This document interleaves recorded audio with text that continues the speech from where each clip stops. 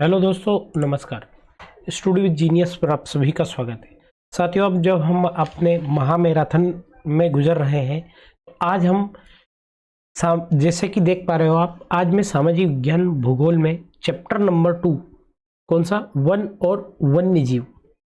अब मैंने जब आपको संसाधन और विकास पढ़ाया था, जब मैंने पढ़ाया था कि वन और वन्य जीव क्या है, हमारे जैव संसाधन है। तो सबसे पहले वन और वन्य जीव क्या है। वन एवं वन्य जीव हमारे क्या है, वो है हमारे जैव संसाधन। क्या है? जैव संसाधन, है ना। साथियों, मेरे बारे में बताना चाहता हूँ कि मेरा नाम राजेश चंद्रवंशी है।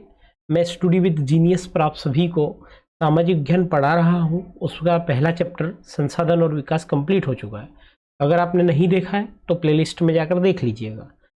और साथ ही मैं बताना चाहता हूँ कि ये मैराथन टाइप पढ़ा रहे हैं तो थोड़ा टाइम कम दे पाएंगे, हम रैपिड रिवीजन चल रहा है ना।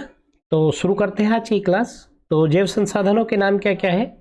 तो जैव संसाधन ऐसे संसाधन जिनकी प्राप्ति हमें कहाँ से होती है, जिनकी प्राप्ति हमें जैव मंडल से होती है। कहाँ से होती है? जैव मंडल से होती है। जैसे कि मनुष्य, वनस्पति, प्राणीजात, मत्स्य, पशुधन आदि के संसाधन क्या है, हमारे जैव संसाधन है ना। क्या है ये? जैव संसाधन है। अब जैव विविधता क्या है और ये मानव जीवन के लिए क्यों महत्वपूर्ण है, तो मैं आप लोगों को बताना चाहता हूं कि जैव विविधता वन्य जीव, कृषि फसलों में विविधता का क्या है, प्रतीक है। वनस्पति और वन्य जीव में अनेक प्रकार के पेड़ पौधे, जीव जंतु, मनुष्यों में मानव की अनेक जातियां पाई जाती है। जब एक जाति में कई प्रकार की जातियां पाई जाती हैं, ऐसी चीज को हम कहते हैं विविधता। क्या कहते हैं? विविधता, है ना, विविधता कहते हैं। अब जब जीवित चीज में ये विविधता है कि पेड़ पौधे भी कई प्रजाति के, जैसे बबूल का झाड़ हुआ, है ना, बबूल, अर्जुन का झाड़ हुआ, आम, पीपल, है ना, अनार।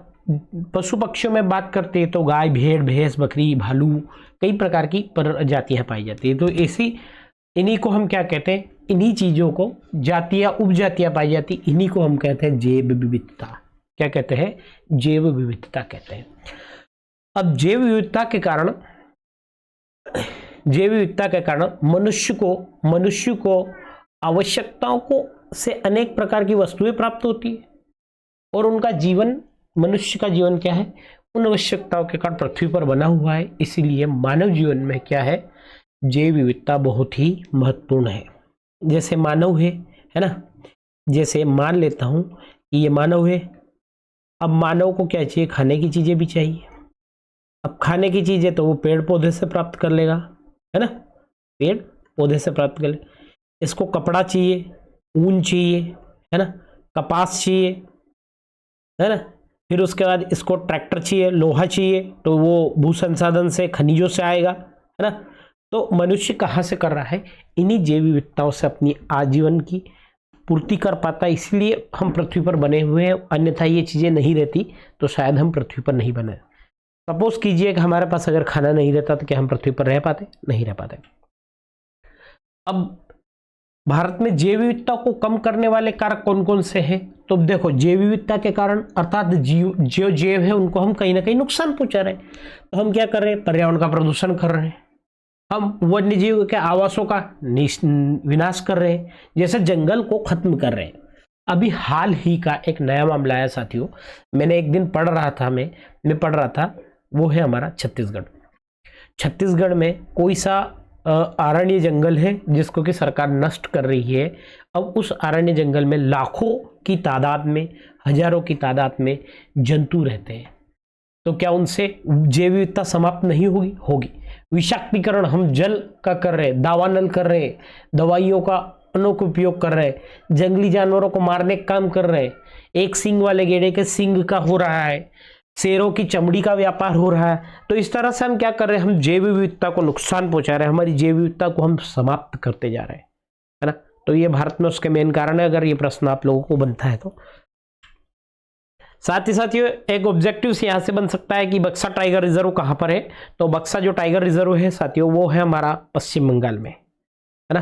इसके बाद लास्ट में मैं कुछ टाइगर रिजर्व और बता दूंगा। और ये किसके कारण खंबीर में डोलोमाइट की खदानें वहां पर हो रही है, उत्खनन हो रहा है उनका, उसके कारण बक्सा टाइगर रिजर्व जो है क्या है, एक गंभीर समस्या में है ना।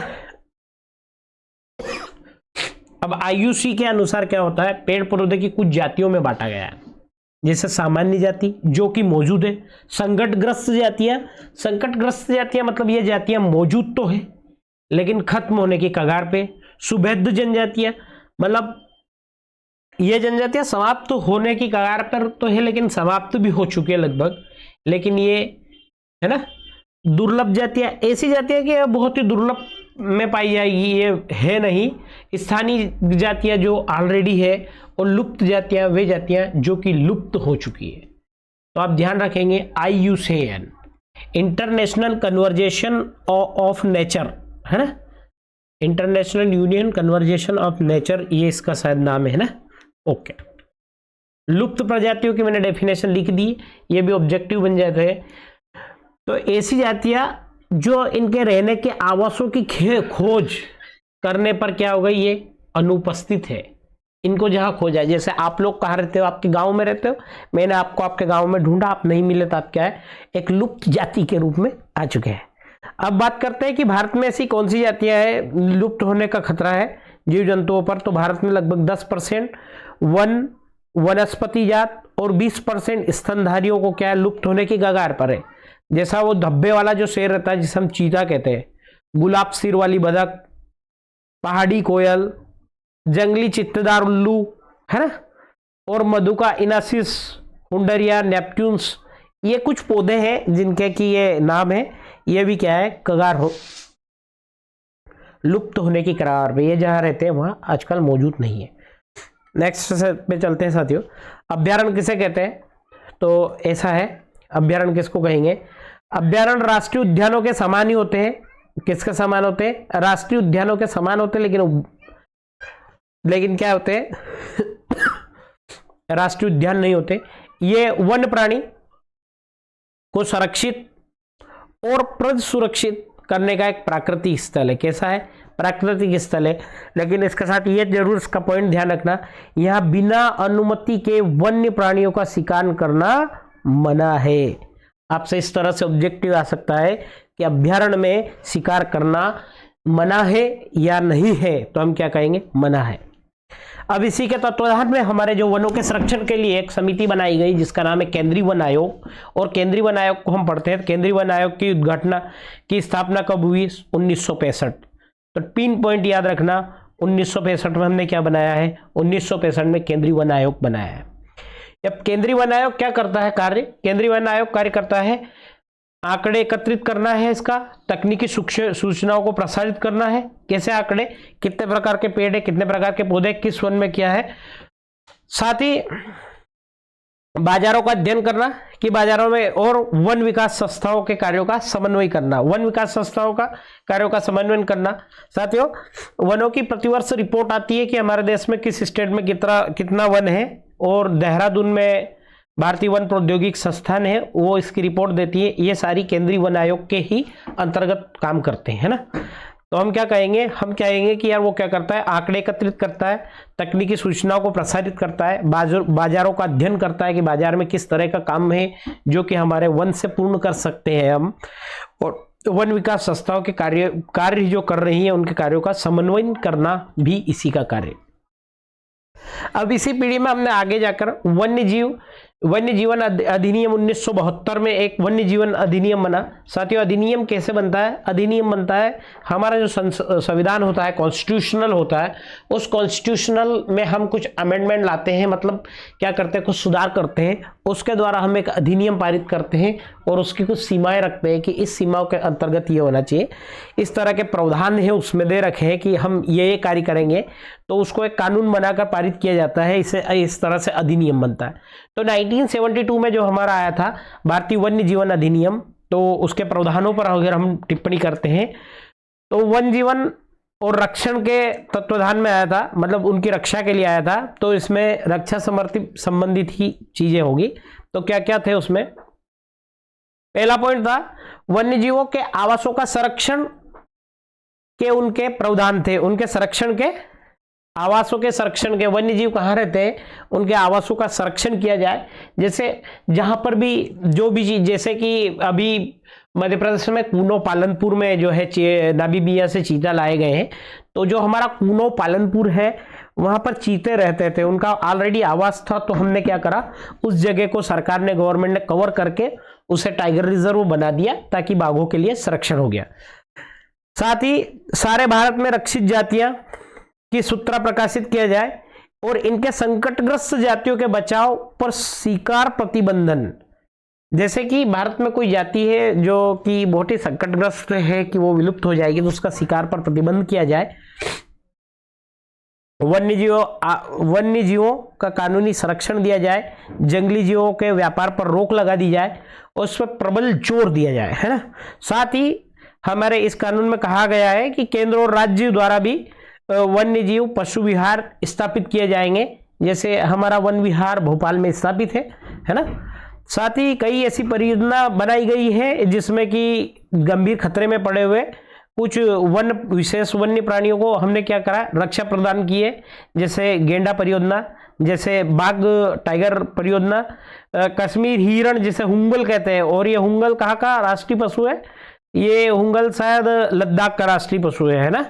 जैसे मगरमच्छ, एशियाई शेर और डॉल्फिन का हमने गंगा में, चंबल रिवर में जो है हमारी, यहाँ पर गंगा डॉल्फिन को भी हमने इसी के तहत संरक्षण प्राप्त किया गया।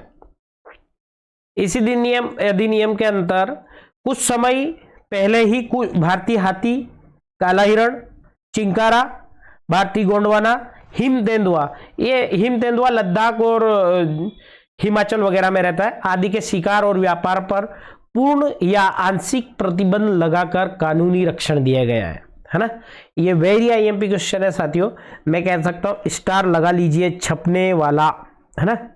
आप लोगों को इसकी पीडीएफ चाहिए तो हमारा टेलीग्राम चैनल है, वहां से आप इसकी पीडीएफ भी प्राप्त कर सकते हैं। नेक्स्ट चलते हैं वनों से। अब वनों का हम संरक्षण क्यों कर रहे हैं साथियों, तो हमें पता होना चाहिए कि वन से हमें कई प्रकार के प्रत्यक्ष अप्रत्यक्ष लाभ होते हैं। पहली बात तो इसे पढ़ने से पहले ही हमें कुछ चीजें याद होना चाहिए कि सबसे पहले तो ये वायु प्रदूषण को कम करता है। अभी कोरोना आया था, कोरोना में ऑक्सीजन की हमें बहुत कमी हुई थी, है ना।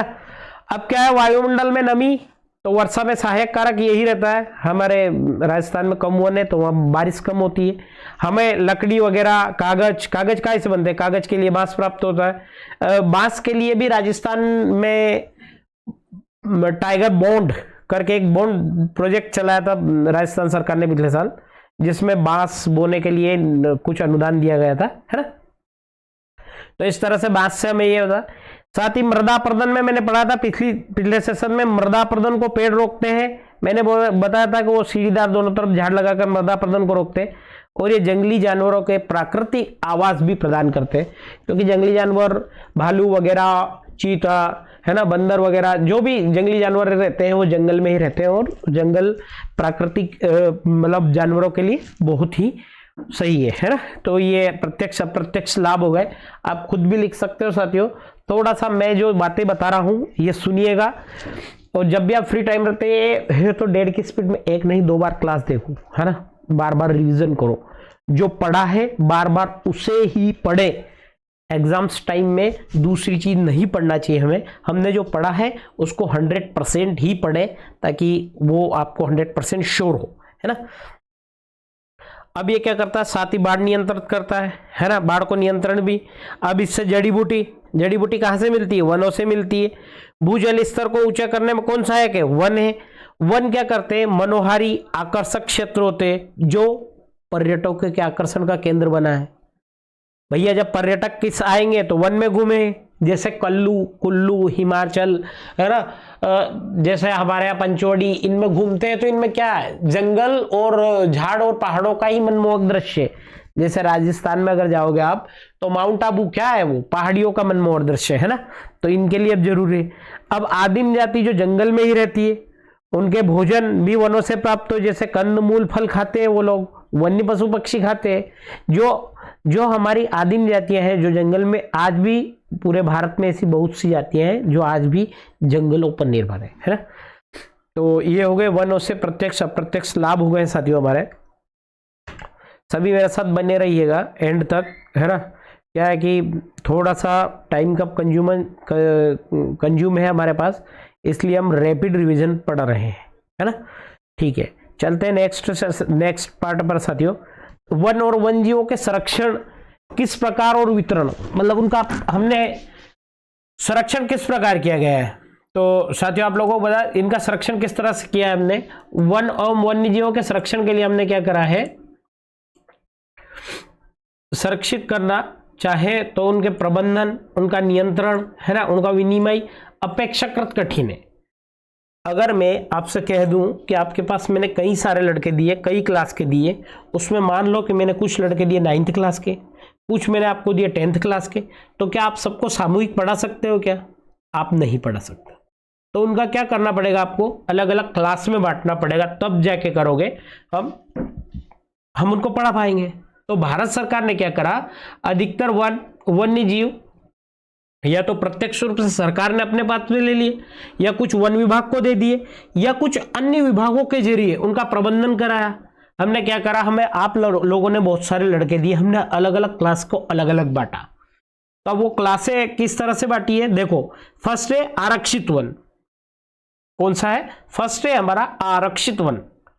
अब जो आरक्षित वन है, पूरे देश में आरक्षित वन का अगर आपसे परसेंटेज पूछ से ले तो आधे से अधिक, मतलब 50% से अधिक है आरक्षित वन घोषित किए गए हैं। यहां वन्यजीव प्राणियों के संरक्षण की बात है। आरक्षित वनों को सर्वाधिक मूल्यवान माना जाता है। अब जो आरक्षित वन क्षेत्र होते हैं, इनमें जीवन को पूर्णतः संरक्षण प्रदान किया गया है। मध्य प्रदेश, अब भारत का ऐसा कौन सा ऐसे स्टेट है जिसमें आरक्षित वन का सबसे अधिक विस्तार है, तो वो है हमारा मध्य प्रदेश। एमपी बोर्ड वाले लोगों सुन लेना कि मध्य प्रदेश में जो आरक्षित वन है वो सबसे ज्यादा है। साथ ही जम्मू कश्मीर, आंध्र प्रदेश, उत्तर प्रदेश और केरल में भी आरक्षित वन है ना। ठीक है, ये किसके हाथ में? ये ओनली गवर्नमेंट के हाथ में। ठीक है, अब आया दूसरा है रक्षित वन। अब रक्षित वन है, उनका 1/3 हिस्सा है, मतलब 33% भाग है। कितने प्रतिशत भाग है वो? 33% भाग है। इन वनों को वो और अधिक नष्ट होने से बचाने के लिए इनको सुरक्षा दी है, क्योंकि ये कुछ खत्म हो रहे हैं, ये नष्ट हो रहे हैं, इनको बचाने के लिए दिए। अब इनका विस्तार कहाँ कहाँ है, तो इनका विस्तार है बिहार, हरियाणा, पंजाब, हिमाचल, उड़ीसा और राजस्थान। रक्षित वन कहां पर ज्यादा है, तो इन क्षेत्रों में ज्यादा है, और देश के 33% हिस्से में क्या है? रक्षित वन। अब ऐसा वन जिसका किसी में वर्गीकरण ही न हो, अवर्गीकृत वन है, तो समझ सभी प्रकार के वन बंजर भूमि जो सरकार, व्यक्ति या समुदाय के स्वामित्व में है, हम क्या कहेंगे? अवर्गीकृत है। ऐसी भूमि जिस पर वन नहीं है, बंजर पड़ी है, या कोई वन है या किसी व्यक्तियों के हाथ में है, तो ऐसी भूमि को हम क्या कहेंगे? ऐसी भूमि को हम कहेंगे अवर्गीकृत। ठीक है, नेक्स्ट पर चलते हैं साथियों। वन और वन्यजीव संरक्षण एवं रक्षण में सहयोगी रीति रिवाज। क्या कह रहे हैं? सामने वाला पूछ रहा है कि ऐसी कौन सा आपके पास ऐसा कौन सा रीति रिवाज है जो आपको सहयोग प्रदान करता हो, किसमें? वन्यजीव और वन के संरक्षण में, उनकी रक्षा में। तो ऐसी हमारे पास हमारे बहुत सारे रीति रिवाज है। जैसे कैसे? हमारे पुराने जो हमारे संत थे, हमारे पूर्वज थे, वो बहुत दिमागदार थे। उनको पता था कि पीपल का वृक्ष दिन में रात में दोनों टाइम पर ऑक्सीजन देता है, तो उन्होंने उस पीपल के वृक्ष को देववृक्ष मान लिया। तो क्या हुआ? हम काटेंगे नहीं। तो इसी तरह से क्या रीति रिवाज है हमारा पहला रीति रिवाज है साथियों, भारतीय संस्कृति में प्रकृति को पहले से ही पवित्र माना है। हम प्रकृति की पूजा करते हैं, सूर्य को देवता मानते हैं, चंद्र को देवता मानते हैं, पृथ्वी को मां के समान मानते हैं। साथियों, भारत का उड़ीसा एक ऐसा स्टेट है, उसमें एक पर्व मनाया जाता है। क्या पर्व है वो? रज पर्व। उस रज पर्व में ऐसा कहा जाता है कि पृथ्वी पर वो हल नहीं चलाते 4 दिन से। ओणम, पोंगल, ये सारे त्योहार क्या है? ये सारे त्योहार पृथ्वी को ही समर्पित है। इसकी पूजा होती रहती है। जनजाति क्षेत्रों में यह प्रथा और अधिक व्याप्त है। अनेक रीति रिवाजों के कारण ही बहुत से वन क्षेत्र अपने कौमार्य रूप में आज भी विद्यमान है। बहुत सारे वन क्षेत्र ऐसे जिन्हें हम देवता मानते हैं, उन वनों को आज तक नुकसान नहीं पहुंचाने दिया है। वनों में स्थानीय लोगों ने न तो स्वयं वनों को हानि पहुंचाते हैं और न ही किसी से हानि पहुंचाने देते हैं। जैसे चिपको आंदोलन हिमाचल क्षेत्र में हुआ था साथियों, सरकार वन काटने आई थी, लेकिन वहां की लेडीज, वहां के जेंट्स उन वृक्षों से लिपट गए, अपनी जान दे दी, लेकिन वृक्ष को काटने नहीं दिया। साथ ही उड़ीसा, बिहार में जनजातियां शादियां के मौके पे इमली और आम की पूजा करते हैं। हम भी पीपल की पूजा करते हैं, हम वट वृक्ष की पूजा करते हैं, बरगद के पेड़ की करते हैं ना। उत्तर भारत और पश्चिमी क्षेत्रों में शादी के समय आम की पूजा की जाती है। इन क्षेत्रों में पीपल की, वटवृक्ष को पवित्र मानकर उसकी भी हमने पूजा की है। अर्थात हमने क्या करा है, हमने संरक्षण और रक्षण दोनों हमारे रीति रिवाजों से वन और वन्य जीव की है। हम कितने भाग्यशाली है कि जिससे ऐसे देश में हमारा जन्म हुआ है कि जहां प्रकृति को भी मां के स्वरूप माना जाता है ना। अब वो पूछ रहा है कि भारत में विभिन्न समुदायों ने किस प्रकार वनों और वन्य जीवों को संरक्षण रक्षण प्रदान किया है। यह प्रश्न भी आ सकता है, विभिन्न समुदायों ने। अब जब समुदायों की बात करेंगे हम, तो सबसे पहले हिमालय का चिपको आंदोलन, वृक्षों की अनियंत्रित कटाई को रोकने का प्रयास करा। राजस्थान में साथियों क्या हुआ है ना, सॉरी थोड़ा टाइपिंग एरर हो गया था साथियों, है ना। हाँ, साथ ही राजस्थान का एक सरिस्का बाघ रिजर्व है, सरिस्का टाइगर रिजर्व है। उस सरिस्का टाइगर रिजर्व क्षेत्र में शामिल होने वाले खनन कार्यों का विरोध किया गया और जिसमें कि हमें सफलता मिली।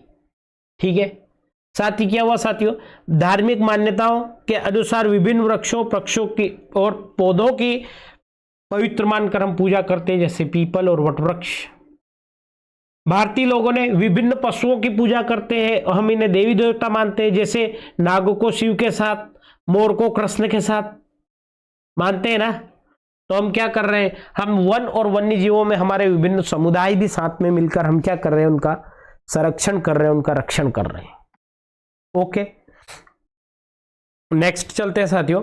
साथ ही राजस्थान के अलवर जिले में 5 गांवों ने मिलकर 1200 हेक्टेयर भूमि में भैरवदेव डायक सेंचुरी बनाई है, जहां कड़े कानून बनाकर शिकार को वर्जित किया गया है। और बाहरी लोगों की यहां पर क्या कर रही है, घुसपैठ भी, उन लोगों ने क्या किया है, घुसपैठ भी बंद कर दी है। तो कानून है ना, क्या करा उन्होंने, कानून बनाकर। ठीक है, ये सुधार देना कानून, और क्या करिए, रोक लगा दी गई है। ओके, नेक्स्ट चलते हैं साथियों। चिपको आंदोलन के बारे में प्रश्न आ सकता है, चिपको आंदोलन कहाँ हुआ था। चिपको आंदोलन हुआ था साथियों हिमालय में। प्रसिद्ध चिपको आंदोलन में कई क्षेत्रों में वन कटाई को रोकने में कामयाब ही नहीं रहा। साथ ही क्या क्या करा उसने, यह भी दिखा दिया कि स्थानीय पौधे की जाति को प्रयोग करके सामुदायिक वनीकरण अभियान को सफल बनाया जा सकता है। वहां के लोगों ने क्या करा, लोगों ने मिलकर वन को, सामुदायिक लोगों ने मिलकर क्या करा, वन को पैदा कर लिया। जैसे हमारे गांव में हम सब लोग इकट्ठा हो जाए और सरकार को चैलेंज कर सकते हैं कि वन काटने नहीं देंगे, हम वन लगाएंगे, तो हमें कौन रोक सकता है क्या, कोई नहीं रोक सकता। और पारंपरिक संरक्षण तरीकों को पुनर्जीवित करा। पारिस्थितिक कृषि के नए तरीकों का विकास अब व्याप्त हो गया है ना।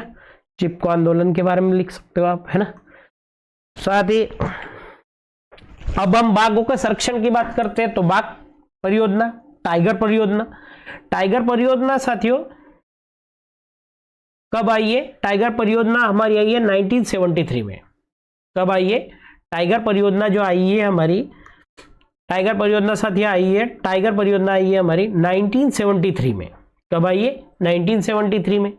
अब ये क्यों आई है कि जब हम 20वीं शताब्दी के आरंभ में थे, तो हमने देखा कि यार बाघों की संख्या 55,000 है, उससे घटकर 1827 हो गई।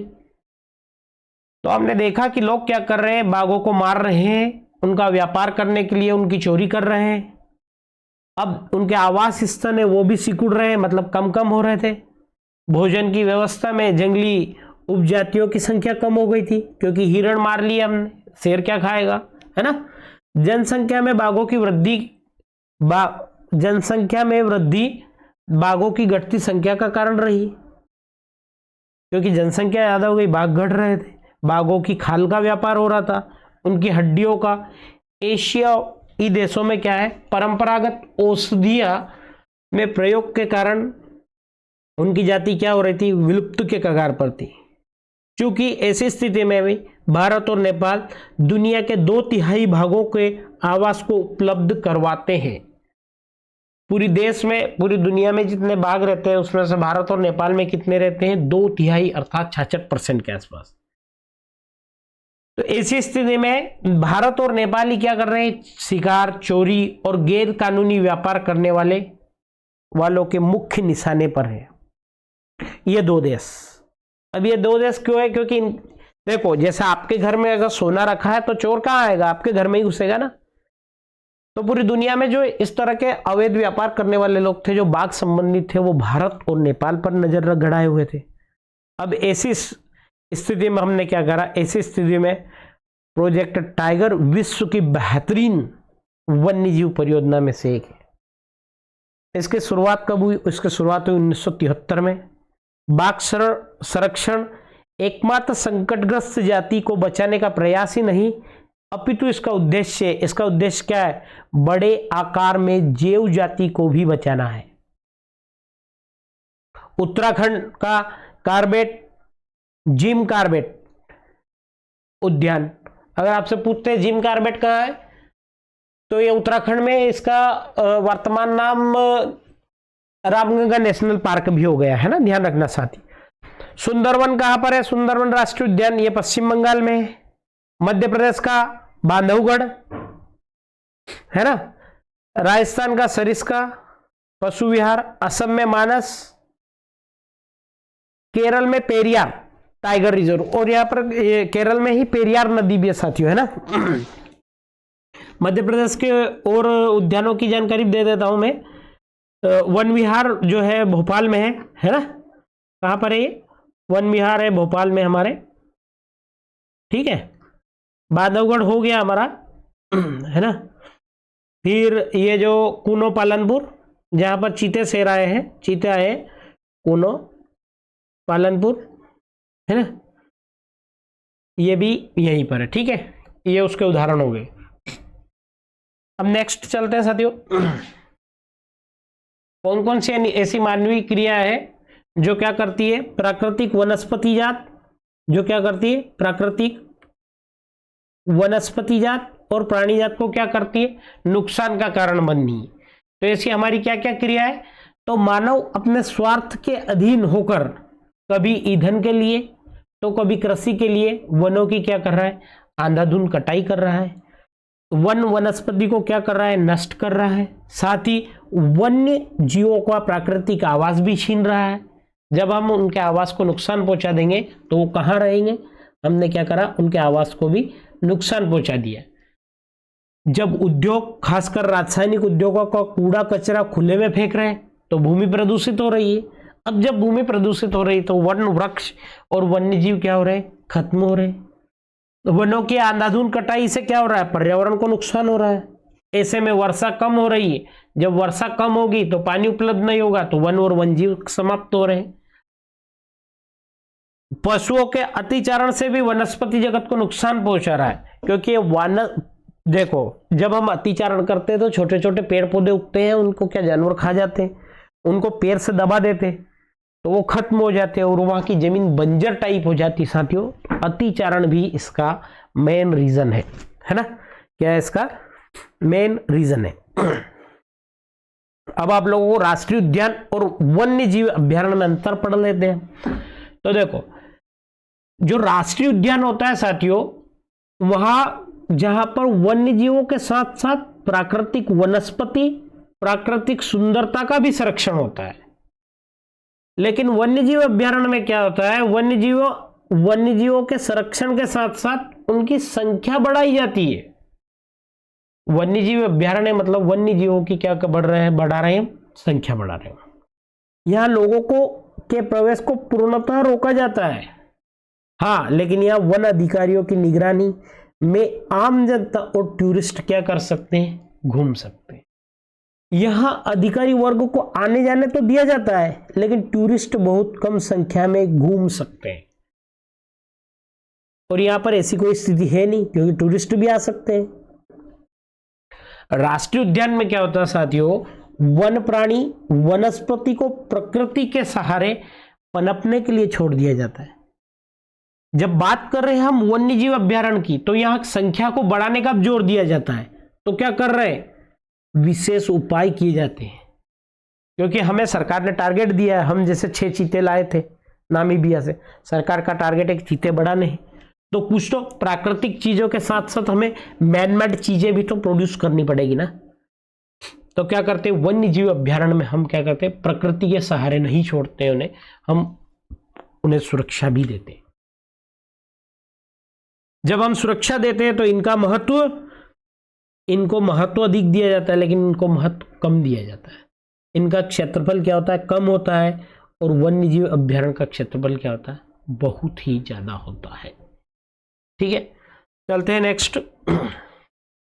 थैंक यू साथियों, आज के लिए इतना ही है। हमारी जो सेकंड यूनिट है वन और वन्य जीव अभ्यारण्य 100% कंप्लीट हो गई है ना, क्या हो गई है, 100% कंप्लीट हो गई है। मिलते हैं कल हमारे नेक्स्ट सेशन में।